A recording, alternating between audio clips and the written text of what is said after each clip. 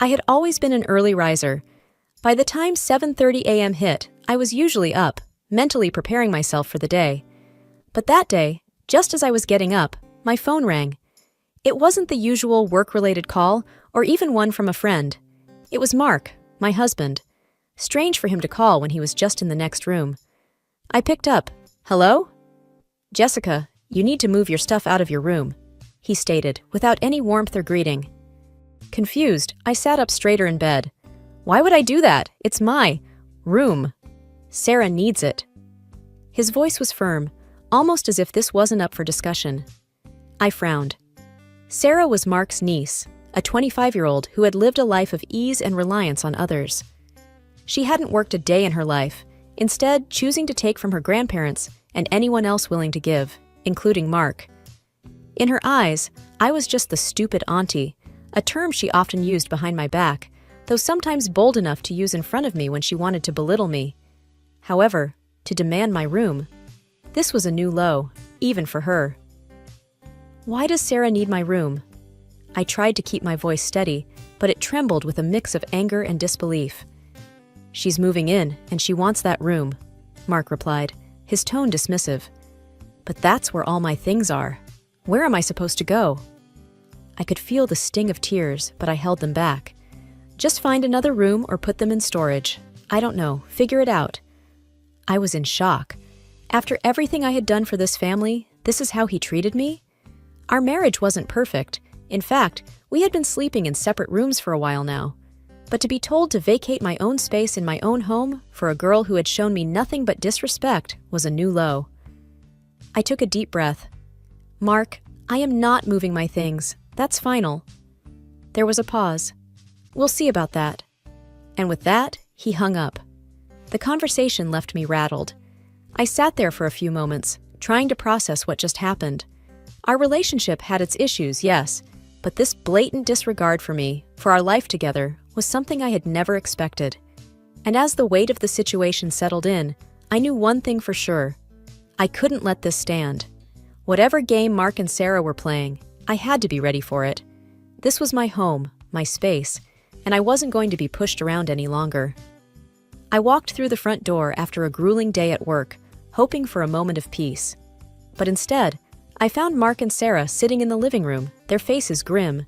It was clear that my refusal to give up my room had set things into motion. Sarah looked me up and down with a smirk, her arrogance palpable. "So, I heard you don't want to give up your room," she said, her voice dripping with mock surprise. "That's right," I responded, my tone firm. "I live here, Sarah. That room is mine." Mark interjected, trying to play peacemaker. "Jessica, can't you just move your stuff to the guest room?" "Why should I? Why does she get my room?" I replied, looking from him to Sarah, who sat smugly, enjoying every moment of my discomfort. "Because she's family and she needs it," Mark answered, a hint of irritation creeping into his voice. "I'm your wife, Mark, or have you forgotten that? I'm family too," I snapped back. Sarah laughed, her voice high-pitched and mocking. "Come on, Auntie Jessica, it's just a room. You can't be that attached to it."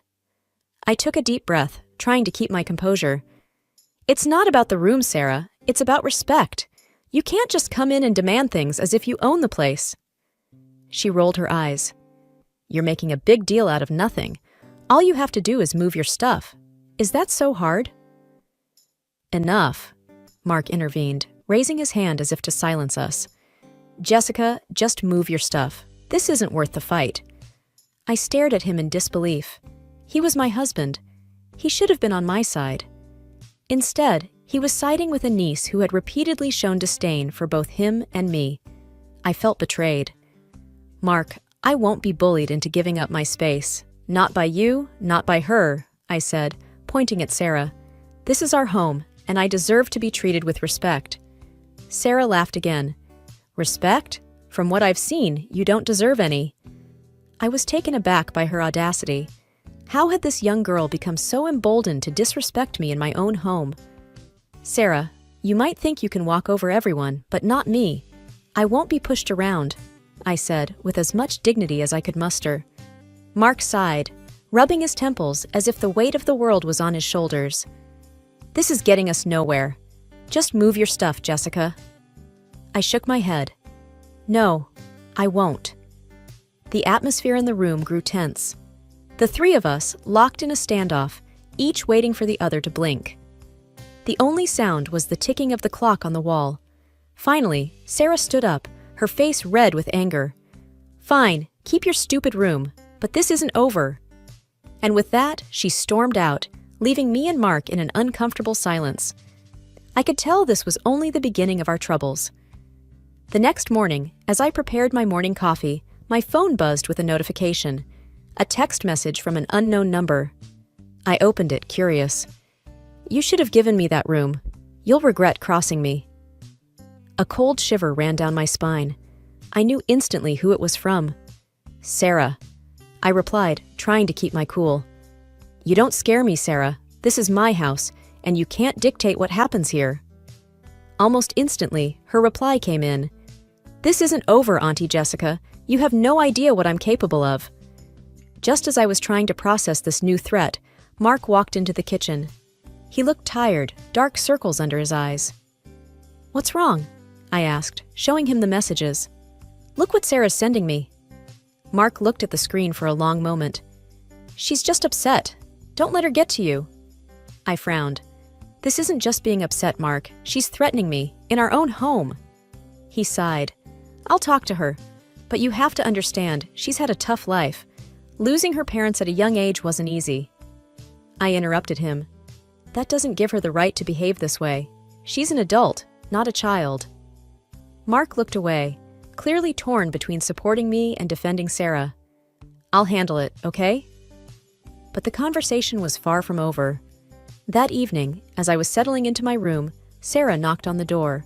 I opened it, and she stood there, her posture defiant, eyes cold. Listen, Auntie Jessica, I don't know why you're making things difficult.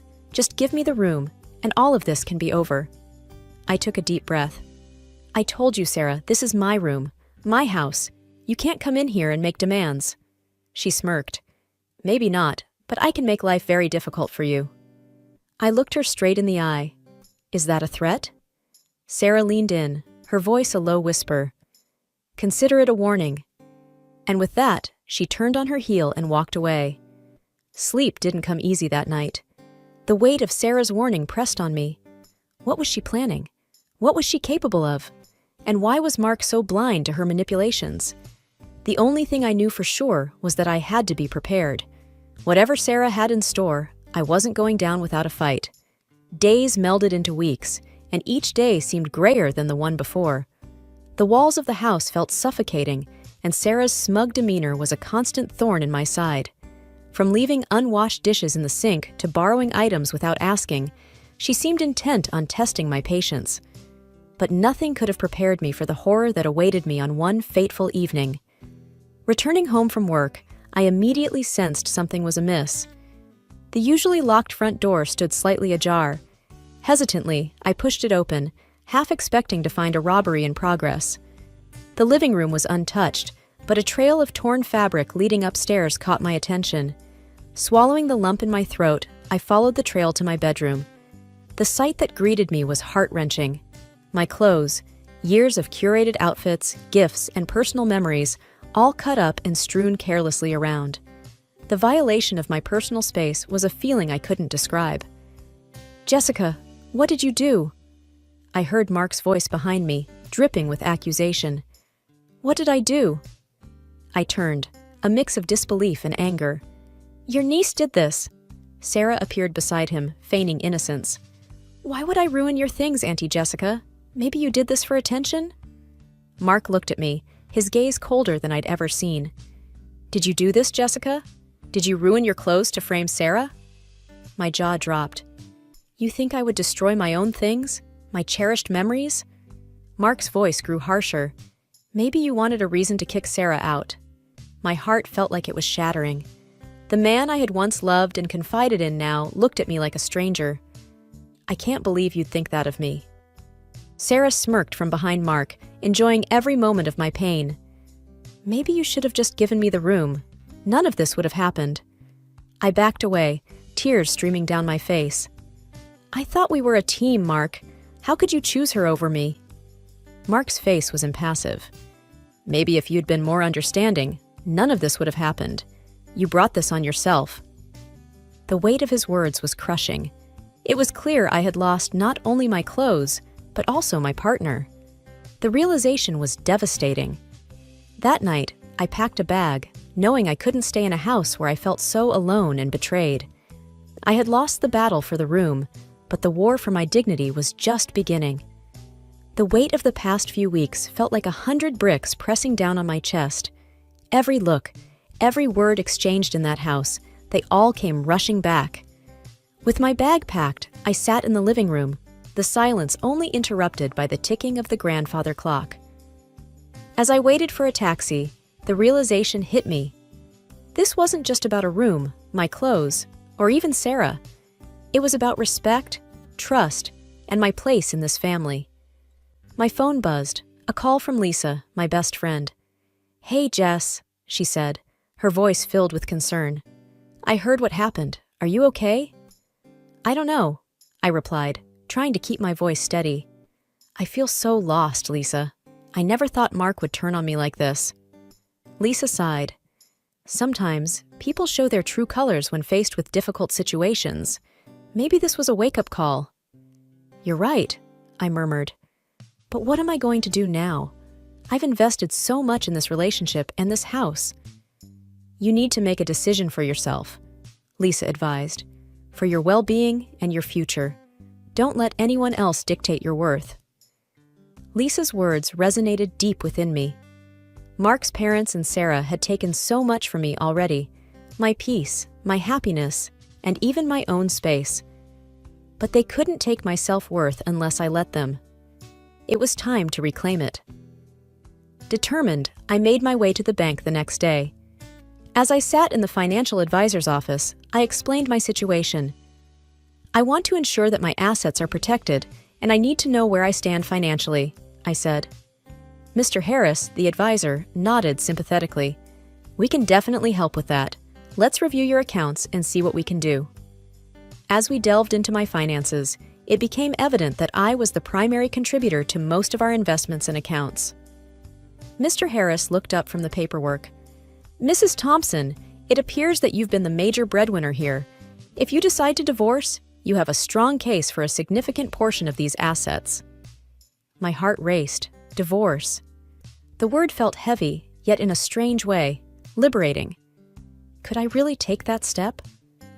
When I returned home that day, Mark was waiting. "Where were you?" he asked, his voice dripping with suspicion. "I went to the bank," I replied calmly. "I needed to review our finances." His face paled. "Why?" "Because," I began, taking a deep breath, "I've decided to file for divorce, Mark. I can't be in a relationship where I'm constantly belittled and betrayed." Mark looked stunned. "Jess, you're overreacting. We can work things out." I shook my head. "No, Mark. This is my decision. I deserve better." And with that, I took the first step towards a new chapter in my life, one where my worth wasn't determined by anyone else but me. A few days later, I found myself seated in the office of a renowned attorney, Miss Angela Reynolds. Her reputation for handling difficult divorce cases was what drew me to her. As I relayed the events that led to my decision, Angela listened attentively. "It's clear that you've been through a lot," Angela commented, jotting down some notes. "I've handled cases like yours before, and I can tell you, standing up for yourself is the best decision you could make." "I just want what's fair," I replied, looking out the window at the bustling city below. "I've supported Mark and his family for so long. It's time for me to protect what's mine." Angela nodded. "You have a strong case, Jessica, especially given that you've been the primary contributor to your shared assets." I hesitated, then added, "There's something else. I suspect Mark has been unfaithful." Angela looked up, her gaze sharp. "Do you have any proof?" "A private investigator," I began, taking out a folder with photos and notes. "I hired 1 month ago. The evidence is clear." Angela skimmed through the documents, her expression growing more serious with each page. "This changes things considerably. With evidence of infidelity, the court is likely to view the case in your favor." Relief washed over me, but there was a gnawing feeling at the pit of my stomach. I had to confront Mark with the truth. That evening, I returned home to find Mark in the living room, surrounded by old photo albums. Memories of better times.